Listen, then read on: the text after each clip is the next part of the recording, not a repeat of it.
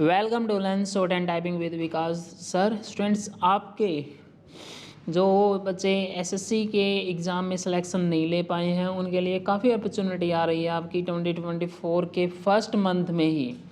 Government of NCT of Delhi subordinate service selection board जो आपकी 9 से यानी कि 9 जनवरी से जो फॉर्म स्टार्ट हुए थे, इसके अलावा आपकी और वैकेंसी आई हुई हैं, उसमें डिटेल में देखेंगे हम। इसलिए आप इस वीडियो को ध्यान से देखें और ज़्यादा से ज़्यादा इसमें इंफॉर्मेशन लें। Be ready. जैसे आपका स्टार्टिंग डेट होगी आपकी ओपनिंग डेट ऑफ एप्लीकेशन 18/1/2024 यानी कि 18 जनवरी 2024। इसमें वैकेंसी क्या है? Senior personal assistant and junior judicial assistant. ये आपके यहाँ पे पोस्ट कोड नेम और post senior personal assistant, name of post senior personal assistant ये आपका डिपार्टमेंट है। डिस्ट्रिक्ट एंड सेशन कोर्ट्स में, district and session courts family courts में। पे स्केल ये जनरल वैकेंसी, ओबीसी की, SC ST EWS total PWS, ये आपकी वैकेंसी आई हुई हैं। उसके बाद आपका junior judicial assistant district courts में एक ग्रैंड टोटल आपकी वैकेंसी इतनी है, ये देख लीजिए आप। और इसमें आपकी ओनली ऑन सिर्फ आपके लिए है, सिर्फ स्टेनोग्राफर की है आप ये वैकेंसी की। इसमें 12th मांगा हुआ कि इसमें ग्रेजुएशन देखते हैं हम क्या क्या है, इसकी क्वालिफिकेशन के ऊपर जाते हैं हम। यहाँ पे ये आपका सीनियर पर्सनल असिस्टेंट है, पर्सनल असिस्टेंट के लिए, डिस्ट्रिक्ट एंड सेशन कोर्ट्स के लिए। इसमें आपकी स्पीड भी मेंशन की हुई है अब की बार। और ये आप देख ले एजुकेशन क्वालिफिकेशन, आपका एक्सपीरियंस, एज लिमिट। यहाँ पे सबसे पहले आपका ग्रेजुएट, इसमें graduate with speed of not less than 1110 यानी कि 110 वर्ड पर मिनट की आपकी डिक्टेशन होगी। शॉर्ट एंड टाइपिंग स्पीड होगी आपकी 40 वर्ड पर मिनट की। पे स्केल आएगा 47,600 एक से लेकर 1,51,000। ग्रुप बी की आपकी वैकेंसी है, नॉन गेजेटेड की नहीं है आपकी। और ये आपकी एज कितनी है? 18 to 27 आपकी एज है। उसके बाद डिस्ट्रिक्ट एंड सेशन कोर्ट्स में आपका पर्सनल असिस्टेंट की पोस्ट है। इसमें आपका graduate with short and speed 100 word पर मिनट, टाइपिंग स्पीड 40 वर्ड पर minute, having knowledge of computer. इसमें आपका कंप्यूटर नॉलेज इसमें ऐड कर दिया इन्होंने आपकी, जैसे आपकी MS Word, MS Excel, MS PowerPoint and आपका इंटरनेट की आपको नॉलेज होनी चाहिए। और इसमें आपकी देख सकते हैं पे स्केल भी लिखा हुआ है, आपकी एज लिमिट भी 18 to 27। उसके बाद आपका district and session courts family courts में आपका पर्सनल असिस्टेंट की वैकेंसी आपकी।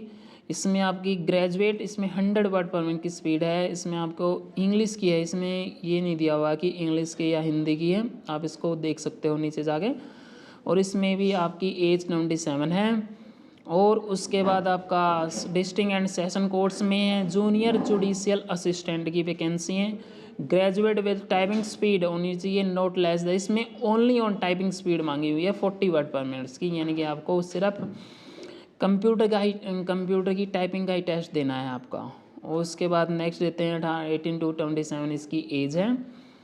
उसके बाद आपका और है आपकी डिस्ट्रिक्ट एंड सेशन कोर्ट्स में फैमिली कोर्ट्स में, इसमें भी आपकी क्लर्क की जॉब है।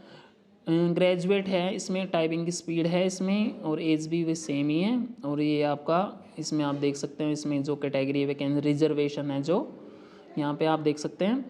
उसके बाद एलिजिबिलिटी एरिया भी देख सकते हैं, अप्लाई कैसे करना है इनको। और इसकी आपकी मोड ऑफ पेमेंट क्या आएगी, 100 रुपीज़ होगी। और उसके बाद ये आपका यहाँ पे टायर 1 में क्या आएगा, टायर 2 में क्या आएगा।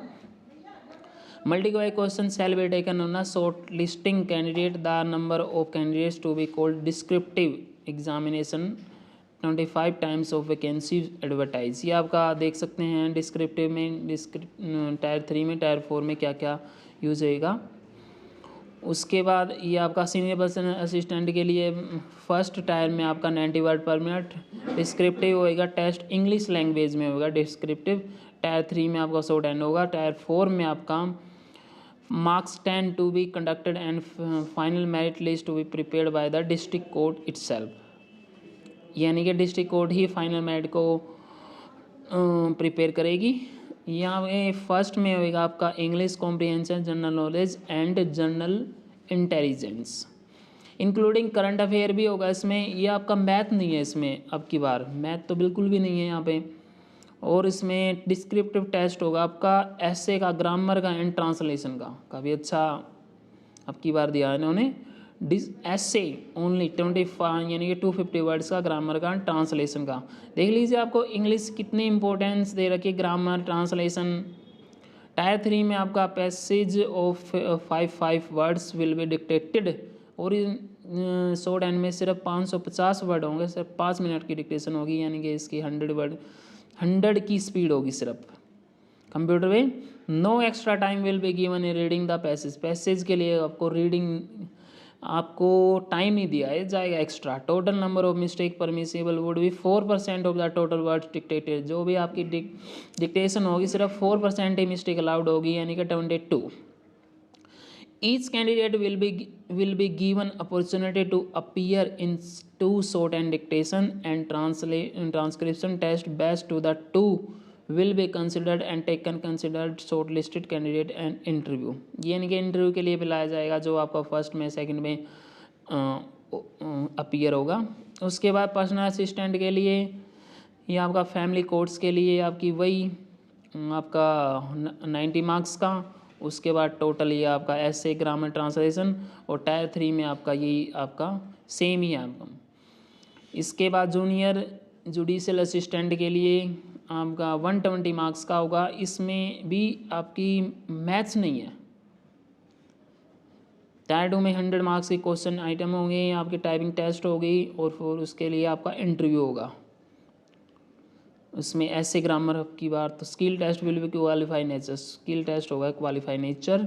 फॉर इसमें ये बोला कि आपका टायर 1 के लिए, टायर 2 के लिए, डिस्क्रिप्ट के लिए सिर्फ आपको जनरल कैटेगरी के लिए 40%, रिजर्व कैटेगरी के लिए 50%, जनरल कैटेगरी के लिए, रिजर्व कैटेगरी के लिए 45% क्वालिफाई नेचर होगा। स्किल टेस्ट के लिए इन्होंने दिया shall be qualify nature, qualified candidate shall be eligible for 4th, यानी कि जो आपका जो स्किल टेस्ट में क्वालिफाई करेगा वही एलिजिबल होएगा आपका इंटरव्यू के लिए। इंटरव्यू के 4 stage, there will be no minimum qualifying marks in the interview. इन इंटरव्यू में आपका कोई भी इसमें ये नहीं दिया कि मिनिमम मार्क्स होंगे। Each multiply question will carry 1 marks, negative marking होगी 0.25 की। और each wrong answer the question will be English language only, सिर्फ इंग्लिश लैंग्वेज में होंगे। अब की बार हिंदी में कुछ भी नहीं होगा आपका। ओके, ये इसलिए आपकी इंग्लिश कितनी इंपॉर्टेंस रोल करती है इसमें आगे किसी भी एग्ज़ाम में, ये आपको देखने को यहाँ पे आपको मिलेगा। उसके बाद नेक्स्ट क्या है, ये जो हाईलाइट कर दिए हैं ना इन्होंने कि भाई ये इम्पोर्टेंट आपका DSSB shall be responsible for conducting Tier 1, Tier 2 and Tier 3 exam, shall forward the list shortlisted candidate to the district court 30 Hazari court में Delhi for conducting Tier 4 interview के लिए। यानी कि 30 हज़ारी कोर्ट ही या डिस्ट्रिक्ट कोर्ट ही इंटरव्यू लेगा आपका। लेकिन first Tier 1, Tier 2 and Tier 3 exam DSSB he conduct करवाया जाएगा। The final merit list shall be prepared by the district court, district court के हिसाब से और 30 तारीख के हिसाब से ही आपको मेरिट लिस्ट में शॉर्ट लिस्ट किया जाएगा उसके according. There is no provision, ये आपको इसमें आपके दे रखी है। पोस्ट प्रेफरेंस में आपको दे रखा है, इसमें क्या क्या आएगा आपका।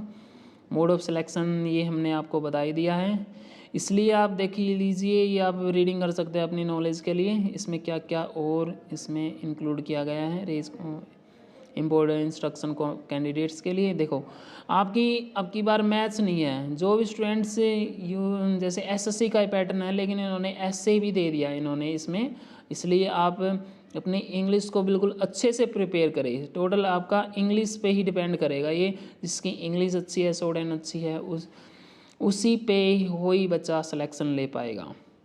अगर आपको वीडियो अच्छी लगी तो वीडियो को लाइक करें, शेयर करें अपने फ्रेंड्स के साथ कि ताकि वो भी फॉर्म फिल कर सके और शॉर्ट हैंड को सीख सके। Thank you.